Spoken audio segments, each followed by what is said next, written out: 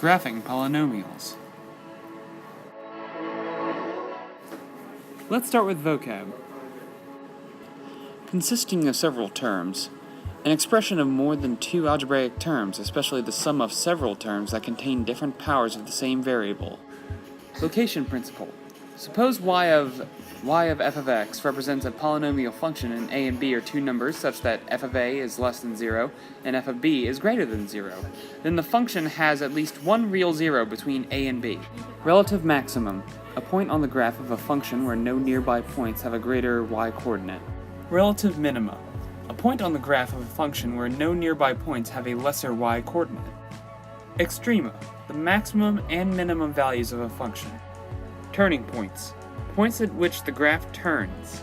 The location of relative maxima or minima. In behavior. The behavior of the graph as x approaches the positive or negative infinity. Zeros of even and odd functions.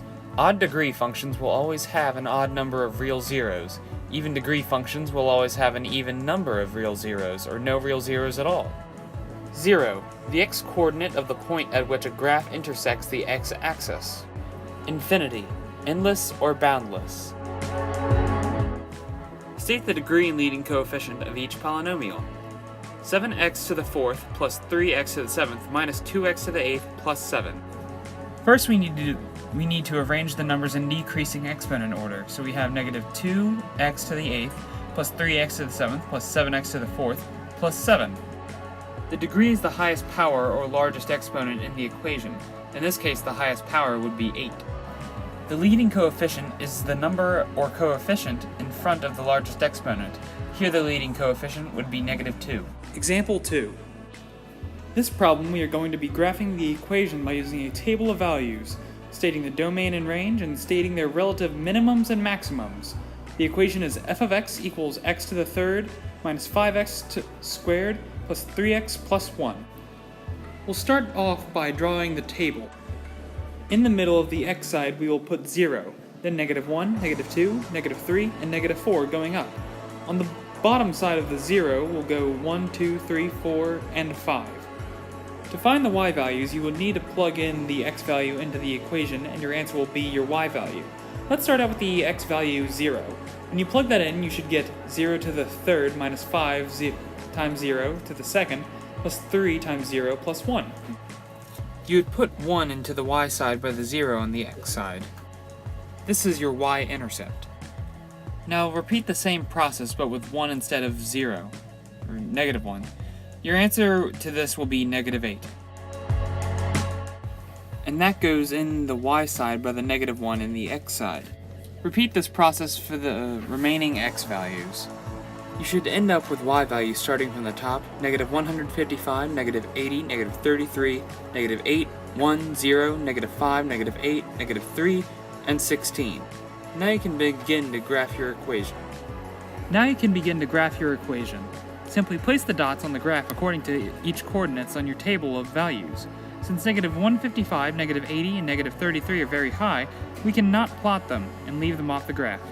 Now you connect the dots with a curved line. You can see the high and low points now. The relative maximum should be 1 because from what we have graphed, it is the highest turning point. Our relative minimum would be negative 8 since it is the lowest turning point that we have graphed. The domain would be all real numbers, which can be expressed with an r with a line through it. The range would be y is greater than or equal to negative 8 for what we have graphed. Now we are done, but if we wanted to, we could also state the ending behavior, which would be as x approaches negative infinity, f of x approaches negative infinity, and as x approaches positive infinity, f of x approaches positive infinity. Example 3. Here we see our two graphs and we are to describe the ending behavior, determine whether it is an even or odd function, and state the number of real zeros. Let's begin with a. We can see that as the x-axis approaches positive infinity, f of x approaches negative infinity. Now we see as the x-axis approaches negative infinity, f of x approaches positive infinity.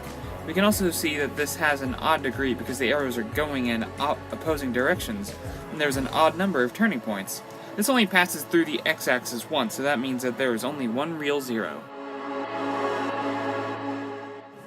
Looking at graph B, we'll start off finding the ending behavior. As x approaches positive infinity, f of x approaches positive infinity as well. and as x approaches negative infinity, f of x approaches negative infinity. This graph has an even degree because the arrows point both in the same direction and there is an even number of turning points. There are no real zeros because the graph does not go through the x-axis.